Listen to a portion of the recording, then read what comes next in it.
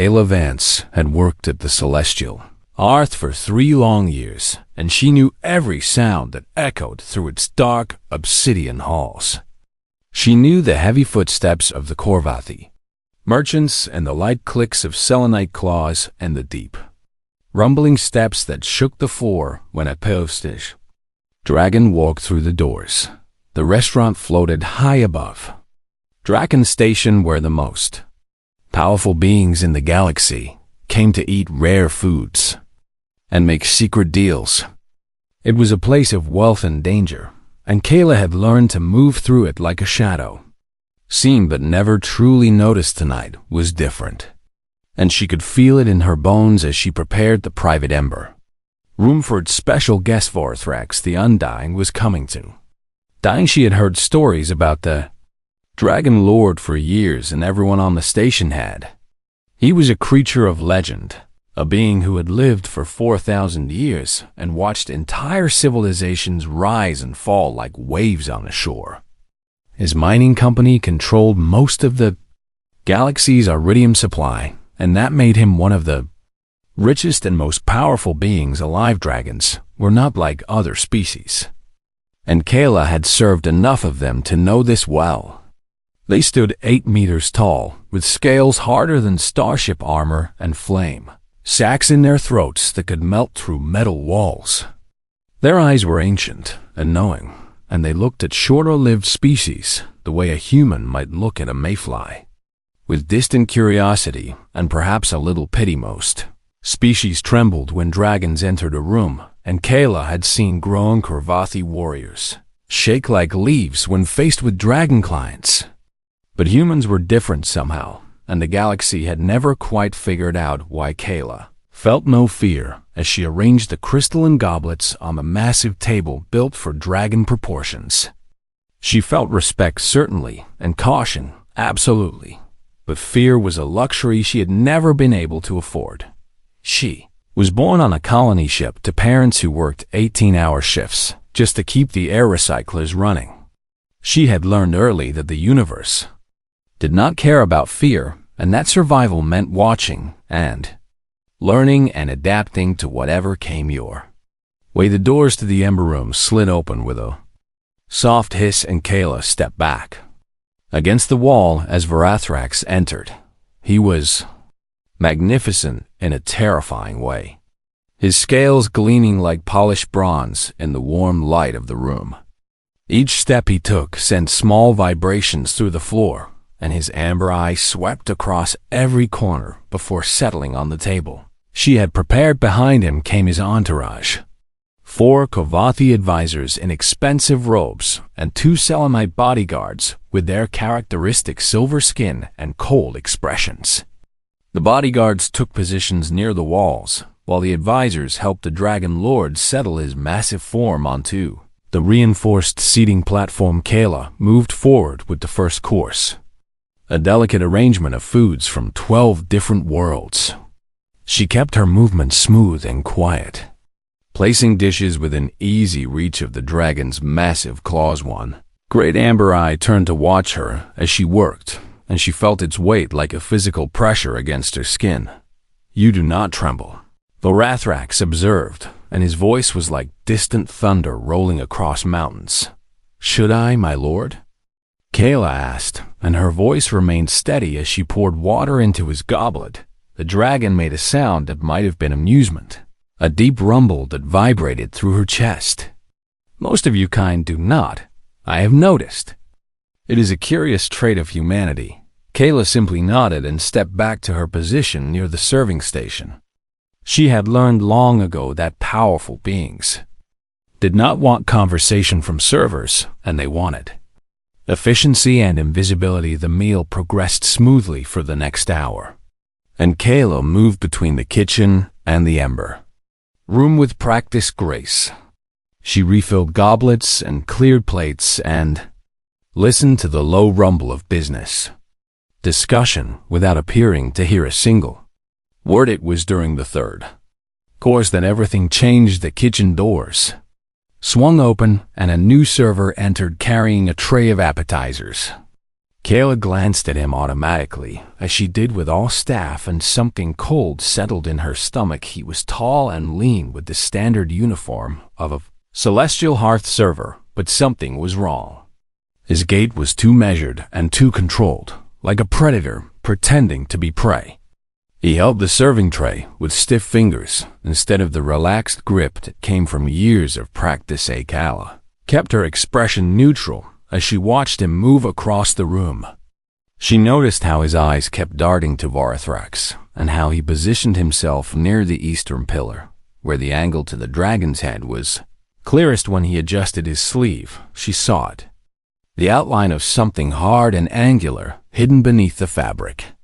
She had served enough military clients to recognize the shape of a compression pistol, a weapon designed specifically to pierce dragon scale. Her heart began to beat faster, but her hands remained steady as she reached for a wine bottle. She had 90 seconds at most, and she knew this with terrible certainty because the fake server was almost in position too. More unfamiliar faces emerged from the kitchen entrance. Another man and a woman she had never seen before. They wore server uniforms as well, but they moved with the same wrong energy as the first three. Assassins then, and they were here to kill the most powerful dragon in the sector. Kayla's mind raced through her options and found them all wanting. She could not shout a warning because they would shoot before she finished speaking. She could not call station security because the Ember Room was signal shielded for privacy.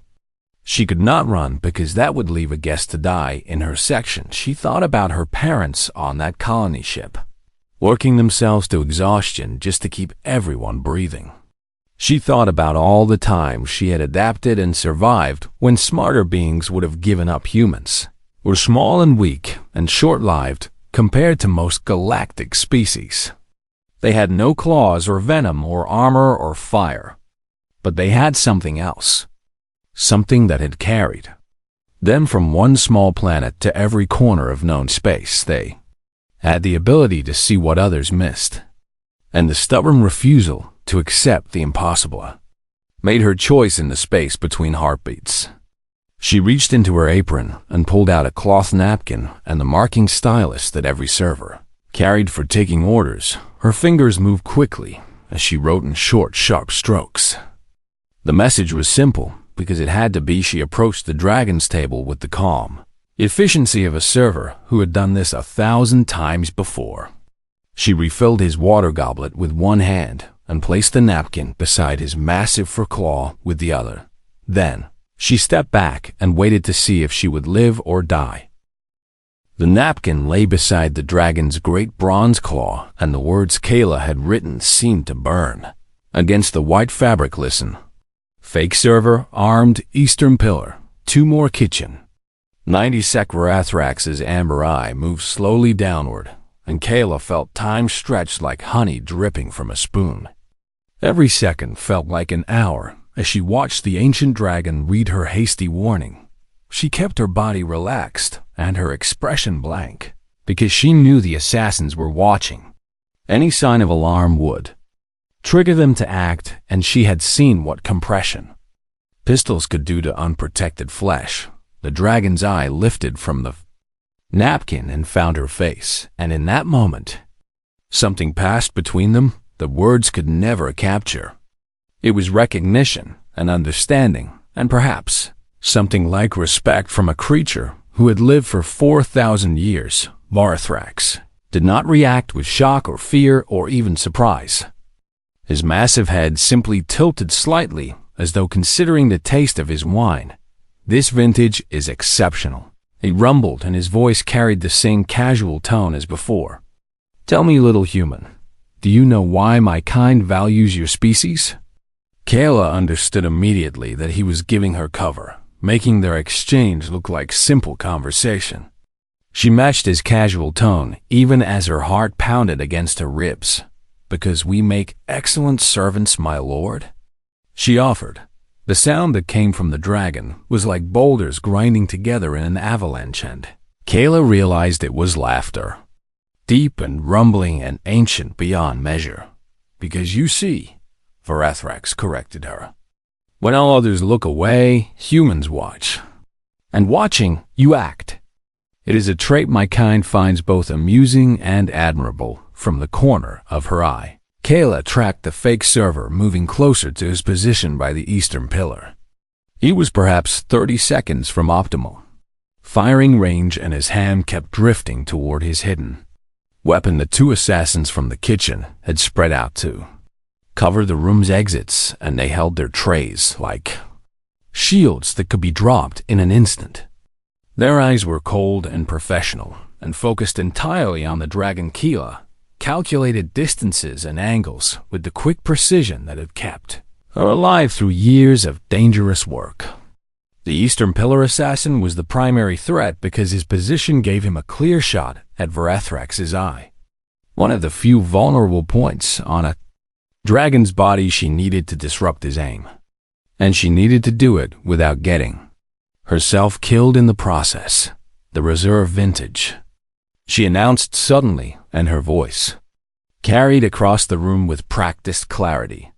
She turned toward the serving cart where a heavy bottle of Alderanian wine sat in its crystalline container. The fake server's head snapped toward her at the interruption, and she saw confusion flicker across his face. He was pretending to be a junior server, but she had addressed the room as though expecting him to assist with the wine service. It was a small mistake on his part, but small mistakes were often fatal. Kayla lifted the wine bottle and felt its satisfying weight in her hands. Crystalline containers were dense and heavy, designed to preserve the delicate flavors of expensive vintages across long space voyages. She walked toward the eastern pillar with the bottle raised as though preparing to present it to an invisible sommelier. Her path took her directly into the assassin's kill zone, and she saw his eyes narrow with suspicion. "I did not request wine service," he said, and his voice was too sharp and too hard for a junior server addressing a senior staff member. "The Dragon Lord requested the reserve vintage." Kayla replied calmly. "Were you not informed?" She was close now, close enough to see the sweat forming on his temple and the slight bulge where his weapon pressed against his uniform. His hand twitched toward the concealed pistol, and she knew she had perhaps 2 seconds before he decided she was a threat. 2 seconds was enough. Kayla's arm moved in a smooth arc that looked almost like an accident, like a server losing her grip on a heavy bottle. The crystalline container connected with the assassin's temple at precisely the angle she had calculated. The impact made a sound like a melon striking stone, and the fake server crumpled without a cry. His hidden weapon clattered to the floor, and suddenly the room exploded into chaos. The two kitchen assassins dropped their trays and reached for their own weapons. But they had made a terrible mistake in their planning. They had prepared for a dragon's slow bulk and predictable movements. They had studied the Selenite bodyguards and mapped their likely responses. They had not prepared for Varathrax the Undying. The dragon moved with speed that seemed impossible for something so massive, and Kayla felt the wind of his passage like a storm breaking over her. One moment he was seated at the table, and the next he was across the room with his jaws closing around the first assassin. There was no scream, because there was no time for screaming. The dragon's flames ignited not with ordinary fire, but with concentrated plasma that turned flesh and bone to vapor in an instant. The second assassin tried to run, but dragons were not slow. They simply chose when to reveal their true speed, and Varathrax had survived 4,000 years by never letting enemies escape. The whole thing lasted perhaps 12 seconds from start to finish. Gala stood in the center of the room with the wine bottle still clutched in her hands and watched as the Dragon Lord turned his great bronze head toward her. His scales were spattered with things she did not want to identify, and his amber eyes held an emotion she could not quite read. "You could have died," he rumbled, and his voice was soft now, almost gentle. "Yes, my lord," Kayla agreed. Why did you warn me? He asked. You are not bonded to my house. You owed me nothing. Kayla thought about the question for a moment because it deserved honest consideration. She thought about duty and survival and the strange code she had built for herself over years of working in dangerous places. You were a guest in my section, she finally said. That made you my responsibility. The dragon stared at her for a long moment, and something like wonder flickered in those ancient amber eyes. He had lived for 4,000 years and watched countless species rise and fall. He had seen empires crumble and stars die, and the endless cycle of life repeat itself across the galaxy. But he had never quite understood humans until this moment. Your species is remarkable, he said at last. You have no claws and no venom and no armor and no fire. Your lives are heartbeats compared to ours. And yet you act as though the universe itself should bend to you. Well, Kayla shrugged, and even she could not explain why she felt no fear standing before a creature that had just killed two beings in front of her. Maybe it should, she said. The dragon's laughter rumbled through the room like thunder, and Kayla thought it might be the most genuine sound she had ever heard.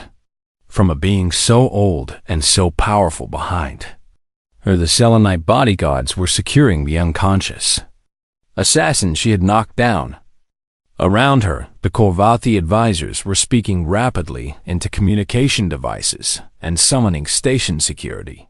But the Dragon Lord paid them no attention. His amber eyes remained fixed on the small human woman who had saved his life with nothing but a napkin and a wine bottle. Station security arrived in force with weapons drawn and armor gleaming under the harsh emergency lights.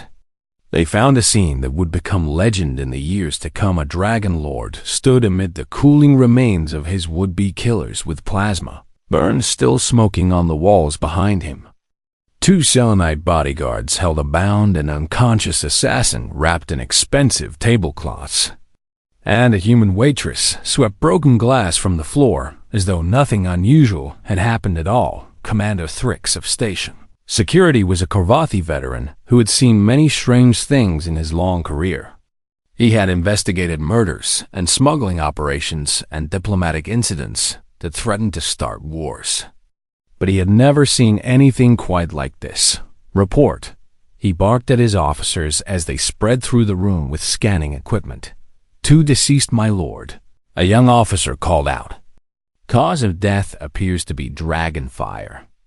One survivor in custody with significant head trauma. Thrix turned his attention to Varathrax and felt the instinctive fear that all lesser species felt in the presence of dragons. The Dragon Lord was watching him with those ancient amber eyes and waiting with the patience of a being who measured time in centuries. My lord, Thrix said carefully. Can you tell me what happened here tonight? An assassination attempt, Varathrax replied calmly. 3 professionals with military-grade weapons. They infiltrated the restaurant staff and planned to kill me during dinner. And how did you become aware of the threat? The dragon's great head turned toward Kayla, who was still quietly sweeping the floor. The human warned me. She noticed the assassins when my own security did not. Thrix followed the dragon's gaze and studied the small woman with new interest. She was unremarkable in appearance, with brown hair tied back in a practical knot and the simple uniform of a restaurant server. Nothing about her suggested combat training or security expertise. You, he said sharply. Server, what is your name? Kayla stopped sweeping and straightened to face him. Kayla Vance, sir. Tell me exactly what you saw and how you knew these individuals were threats. Kayla set her broom aside and clasped her hands in front of her. She had dealt with security officers before, and she knew they wanted facts rather than opinions. The first man entered through the kitchen doors approximately 20 minutes into the meal. She began. His uniform was correct, but his movements were wrong. He carried his serving tray with stiff fingers instead of the relaxed grip that comes from practice. His gait was too controlled, and his eyes kept tracking to Lord Varathrax instead of watching his footing like a real server would. Thrix made notes on his datapad, and his expression grew more thoughtful as she continued. When he adjusted his sleeve, I saw the outline of a weapon, a compression pistol based on the shape. He positioned himself near the eastern pillar, which offered the best firing angle for a headshot. Then 2 more unfamiliar staff members entered from the kitchen and spread out to cover the exits. You recognized all of this from observation alone? I've worked here for 3 years, sir. I know every server on staff by name and face and movement. These 3 did not belong, and they were not here to serve food. Thrix was quiet for a moment as he processed this information. He had trained security officers who could not have made such detailed observations under pressure. This human waitress had spotted a professional assassination team and acted to prevent it, while his own station security had noticed nothing. How did you warn Lord Varathrax without alerting the assassins? I wrote a message on a napkin and placed it beside his claw while refilling his water goblet. Servers approached the table constantly during a meal, so the action would not seem unusual. And the assassin you disabled? I hit him with a wine bottle, sir. The simplicity of her answer made Thrix blink. You hit a professional assassin with a wine bottle? Crystalline containers are very heavy, sir. And he was distracted because I asked him about wine service. Junior servers are not supposed to handle reserve vintages, so my question confused him. Varathrax made that rumbling sound again that Kayla now recognized as dragon laughter. She created an opening and exploited it. The finest military strategists could not have planned it better. Thrix looked between the dragon and the human and felt something shift in his understanding of galactic politics. Humans were everywhere on the station, serving food and cleaning corridors and running shops and fixing equipment. They were so common that most species barely noticed them anymore, but this human had noticed everything. I will need you to come to the security office for a full statement. Thrix said at last. No, Varathrax interrupted, and his voice held the weight of absolute authority. She stays with me until I am satisfied she is safe. Whoever planned this attack may try to eliminate witnesses. Thrix hesitated because security protocols required him to interview all witnesses separately. But one did not argue with a dragon lord, especially one who had just survived an assassination attempt. Very well, my lord. I will send an officer to take her statement here.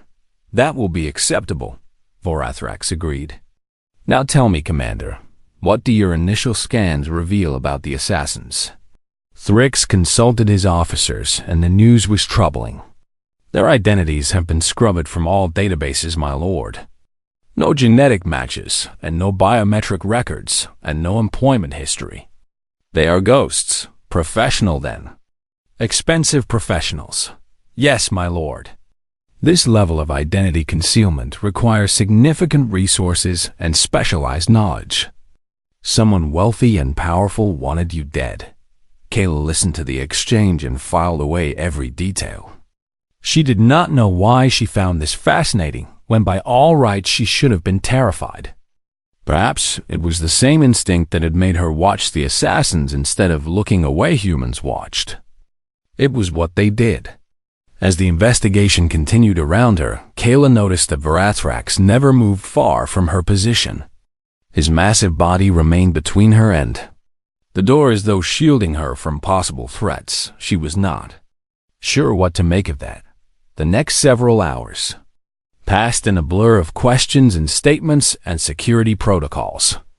Officers photographed the scene and collected evidence and interviewed the restaurant staff. The surviving assassin was taken away for interrogation, and Kayla doubted he would enjoy the experience. Finally, as Station Dawn began to brighten the windows, Commander Thrix declared the initial investigation complete. We will continue working this case, my lord. I will inform you personally when we identify the individuals responsible. See that you do, Varathrax replied. I have a personal interest in finding whoever planned this, After the security teams departed, Kayla found herself alone in the ruined Ember Room with the Dragon Lord. Broken glass and scattered furniture surrounded them, and the smell of plasma. Fire still hung in the air. She should have been exhausted, but something kept her alert and watchful. Perhaps it was the adrenaline that still hummed through her veins, or perhaps it was the weight of those amber eyes studying her face. "You have questions?" Vorathrax observed. "Many, my lord." "Ask them." Kayla considered her words carefully because she sensed this was some kind of test. "Why did you protect me?" "I warned you about the assassins, but that debt was repaid when you killed them. You did not need to shield me from the investigation." The dragon was quiet for a long moment, and when he spoke his voice held something almost like sadness. "Do you know how rare true loyalty is, Kayla Vance? I have lived 4,000 years, and I have seen beings pledge themselves to me for wealth and power and fear. I have watched them bow and scrape and tell me what I wish to hear." He lowered his great head until one amber eye was level with her face. "But you warned me expecting nothing in return. You risked your life for a stranger because it was the right thing to do. That kind of integrity cannot be bought, and it cannot be trained. It can only be found." Kayla met his gaze without flinching and wondered what her future held now that a Dragon Lord had taken notice of her existence. 3 days passed after the attack, and Kayla tried to return to her normal life. She went back to work at the Celestial Hearth and served customers and cleaned tables and pretended that nothing had changed. But everything had changed, and she could feel it in the way people looked at her. Now the story had spread across the station like wildfire. A human waitress had saved the great Vorathrax the Undying from assassins using nothing but a napkin and a wine bottle. Some versions made her sound like a trained warrior, and others painted her as a lucky fool who had stumbled into heroism. Neither version felt true to Kayla. She had simply watched and noticed and acted when action was needed. It was what humans did, and she did not understand why everyone found it so remarkable. On the third evening, a kindness-kidding Selenite arrived at the restaurant just as Kayla was finishing her shift. He was tall and silver-skinned with the cold, precise manner of all his kind. "Kayla Vance," he said, and his voice held no warmth. "Lord Vorathrax requests your presence at the executive spire of Vorathrax Industries. A transport is waiting." Kayla looked at the Selenite and then her manager, who was watching from across the room with obvious nervousness. One did not refuse a summons from a Dragon Lord. "Let me change out of my uniform," she said. "That will not be necessary. The Lord wishes to see you as you are." Strange words, but Kayla had learned not to question the preferences of powerful beings. She followed the Selenite out of the restaurant and into a private transport that whisked them upward through the station's gleaming spires, the executive levels of Draken. Station were a world apart from the service corridors where Kayla had spent most of her life. Here the walls were made of polished stone and rare metals, and the air smelled of expensive perfumes and alien flowers. Beings walked past in clothes that cost more than she would earn in a decade. The Selenite led her through security checkpoints where guards scanned her repeatedly, and then down a long corridor to massive doors carved with images of dragons in flight. The doors swung open at their approach, and Kayla stepped into an office the size of a starship hangar. Vorathrax waited behind a desk carved from a single piece of volcanic crystal.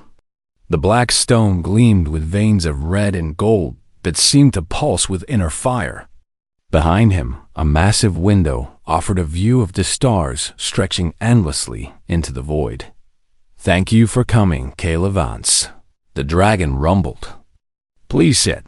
A chair had been placed before the desk, and Kayla settled into it, feeling very small in the enormous space. She had never been comfortable around wealth and power, and this room held more of both than she had ever seen in one place. "The investigation has concluded," Vorathrax began. Commander Thrix and his team have identified the individuals responsible for the assassination attempt. Kayla straightened with interest. Who were they, my lord? The merchant princes of Keth. They are a consortium of wealthy traders who have long resented my control of the iridium markets. They hired the assassins through a series of intermediaries, but the trail has been followed to its source. What will happen to them? The dragon's smile was not a pleasant thing to see, and Kayla reminded herself that this creature was a predator, despite his civilized manner. They will face justice. The merchant princes believe themselves untouchable, but they have learned that dragons have long memories and longer reaches. Kayla nodded slowly and wondered why she had been summoned to hear this news. Surely the dragon lord did not feel obligated to keep a waitress informed about political matters. But that is not why I asked you here. Vorathrax continued as though reading her thoughts. I have spent these 3 days thinking about what happened in the Ember Room. I have analyzed every moment and every decision, and I keep returning to the same troubling conclusion. My lord? My security failed me completely. I employed 2 Selenite bodyguards with centuries of experience and 4 Korvathi, advisors with military backgrounds, and an entire department dedicated to threat assessment. Not one of them noticed the assassins. He leaned forward, and his amber eyes fixed on her with unsettling intensity. But you did. A human waitress with no training and no resources and no obligation to me whatsoever. You saw what professionals missed, and you acted while others would have frozen. I find myself wondering how this is possible. Kayla considered the question carefully. I am not sure I can explain it, my lord. I simply noticed that things were wrong. The fake server did not move like staff, and his equipment handling was incorrect, and his positioning was too deliberate. Pattern recognition, Vorathrax murmured. Your species excels at it. I have read studies about human cognition, and they suggest that your brains evolved to detect threats in complex environments. A rustle in the grass that might be a predator. A shadow that moves against the wind. Small details that other minds would dismiss. Perhaps, my lord. I only know that watching comes naturally to me. And acting? Many beings can see danger, but they freeze when action is required. You did not hesitate. Kayla shrugged, and the gesture felt inadequate. Hesitation does not help anyone. Hesitation does not help anyone. If there is something to be done, then it should be done. The dragon was quiet for a long moment, and when he spoke again, his voice held a weight that made Kayla's skin prickle. I have a problem, Kayla Vance. I am surrounded by beings who fear me. They tell me what I wish to hear instead of what I need to know. They miss threats because they are too busy watching me for signs of displeasure. My wealth and power have become a wall that separates me from truth. He pushed something across the desk toward her, and Kayla saw it was a data tablet displaying dense lines of text. I need someone who watches. Someone who sees what others miss and acts when action is required regardless of personal cost. I need someone who will tell me the truth, even when the truth is uncomfortable. Kayla picked up the tablet and read the first lines. It was a contract offering her a position as head of personal security for Vorathrax the Undying. The salary listed made her breath catch in her throat. My lord, she managed. I am a waitress. You were a waitress. 3 days ago, you disabled a professional killer and saved the life of one of the galaxy's most powerful beings using nothing but your wits and whatever tools were at hand. But I have no training. I do not know the first thing about running a security department. Training can be provided. Experience can be gained. But the instinct you possess cannot be taught. I have watched your species spread across the galaxy in my lifetime, and I have wondered how such fragile, short-lived creatures could achieve so much. He rose from behind his desk and moved around it until he stood before her, and Kayla had to tilt her head back to meet his eyes. Up close, he was even more magnificent and terrifying and ancient than she had realized. Now I understand. Humans see patterns that other species miss. You adapt in moments while others take centuries. You act when action is required without waiting for permission or certainty. We are also stubborn and reckless, and we make many mistakes, Kayla pointed out. Yes, and you learn from those mistakes faster than any species I have ever encountered. You iterate and improve and push forward when others would give up. The dragon lowered his head until his great eye was level with her face. I have lived 4,000 years, Kayla Vance. I did not survive this long by ignoring valuable assets. And you are the most valuable asset I have encountered in a very long time.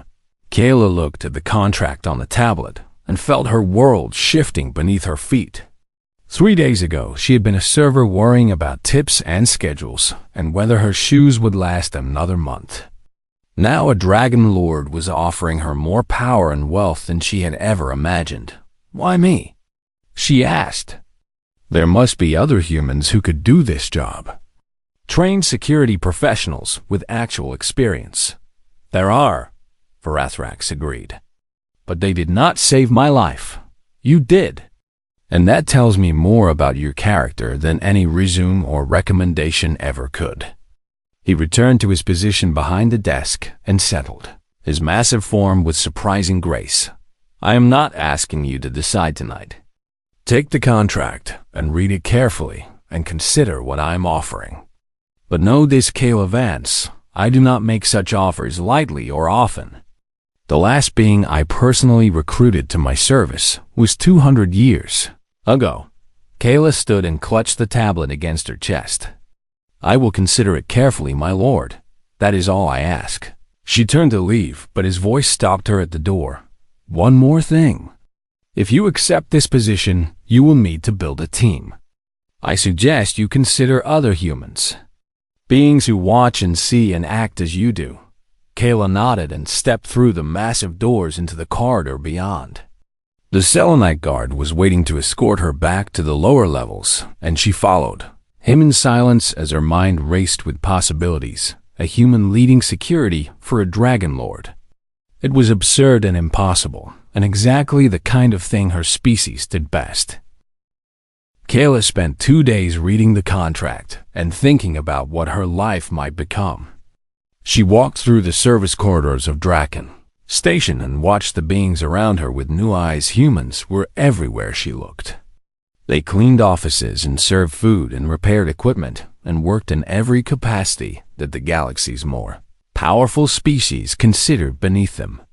They were so common that most beings barely noticed them anymore. Background noise in the great machinery of galactic civilization, but Kayla noticed them now in a way she never had before.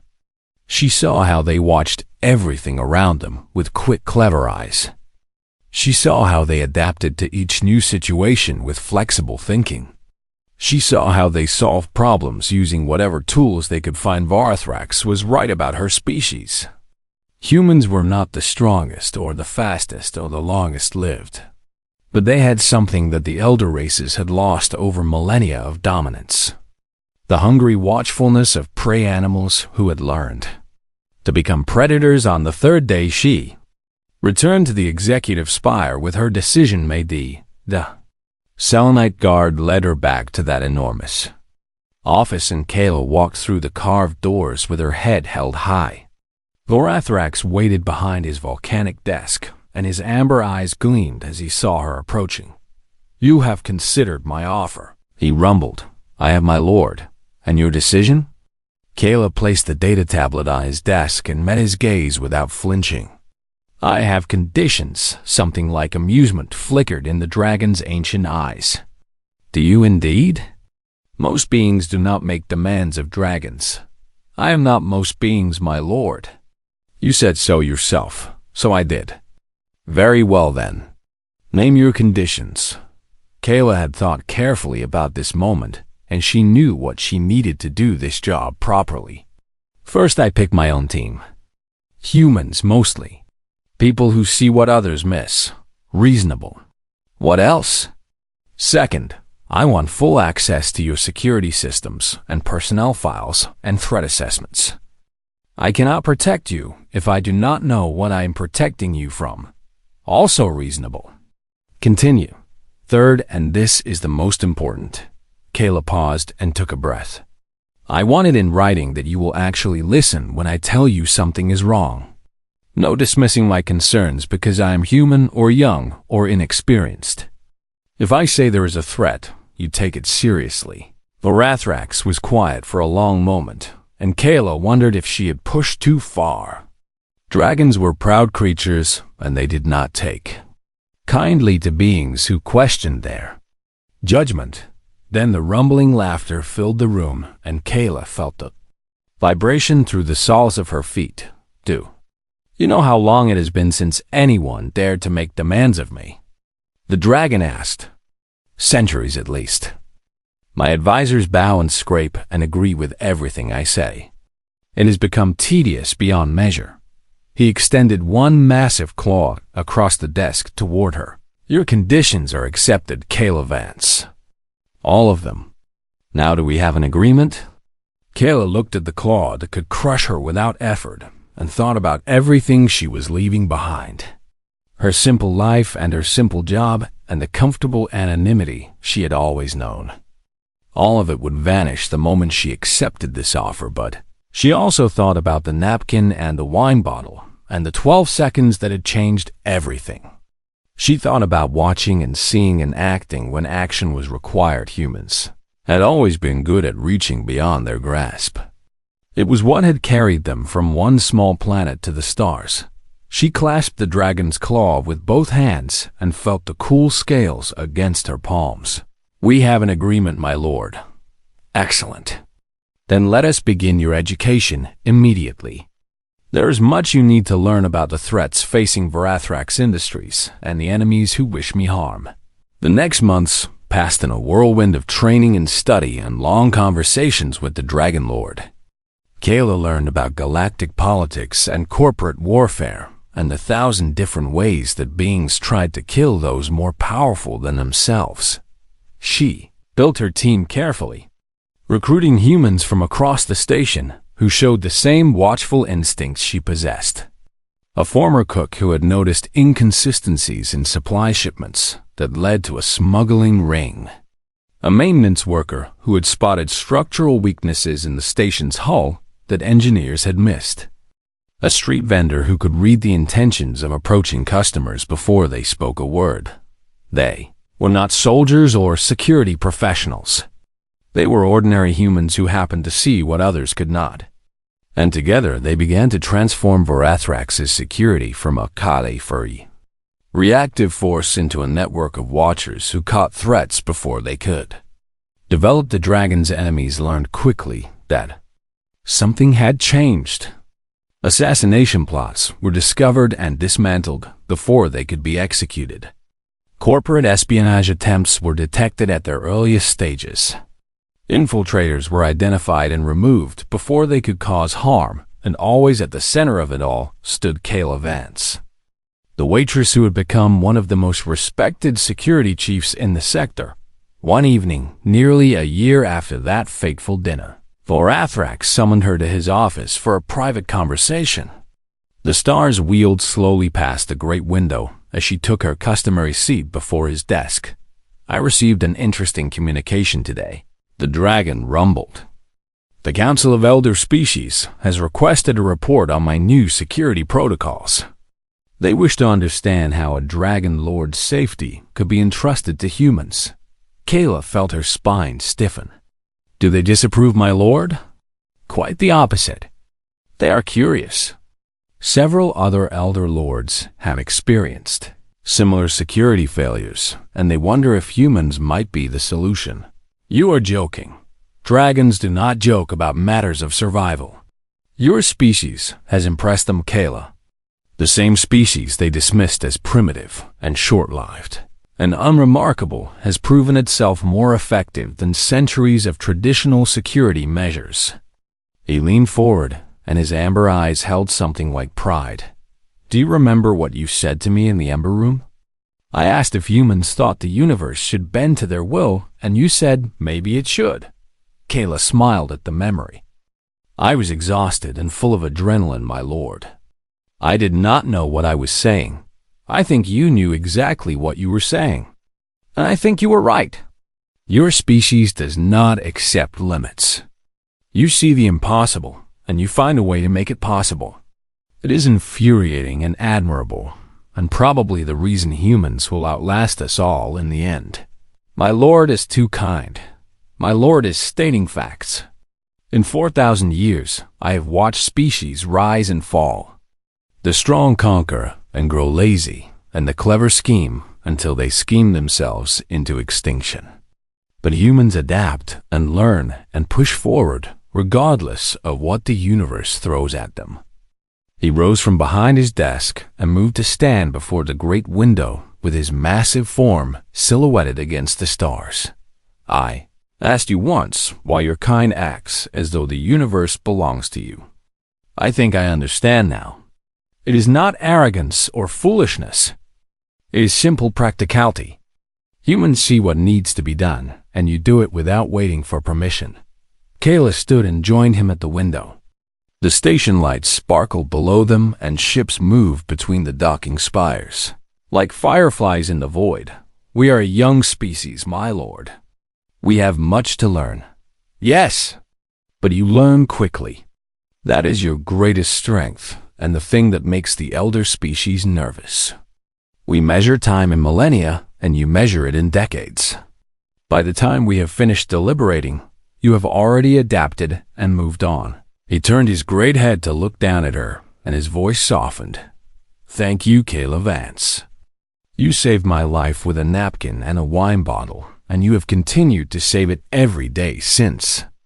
I do not say this often, but I am grateful. Kayla felt warmth spread through her chest at the dragon's words. Thank you for seeing what others missed, my lord. Thank you for taking a chance on a waitress with no training and no credentials. You gave me an opportunity that no other would have offered. I gave you nothing. I simply recognized what was already there. The talent and the instinct and the stubborn human refusal to accept the impossible. They stood together in comfortable silence and watched the stars turn slowly past the window. Dragon and human, ancient power and new potential, standing side by side as equals in a galaxy that was only beginning to understand what humanity could become far. Below in the service corridors, other humans went about their work, cleaning and serving and fixing and building, watching everything with those quick, clever eyes that never stopped noticing patterns and possibilities. They were small and fragile, and their lives were brief flickers against the vast darkness of space. But they had something the elder species had forgotten, the knowledge that the universe belonged to those bold enough to reach for it. Kayla Vance had been a waitress 300 days ago. Now she commanded the security forces of one of the galaxy's most powerful beings. And this was only the beginning. Humanity was watching. Humanity was learning. And the stars themselves would never be the same. The napkin had been small and the message had been simple. But sometimes that was all it took to change everything, one human choosing to act when action was required. One moment of courage in a universe that often rewarded fear. One species that simply refused to know its place. This was what it meant to be human. Not the claws they lacked or the centuries they would never live, but the stubborn, brilliant, reckless hope that drove them forward into the unknown.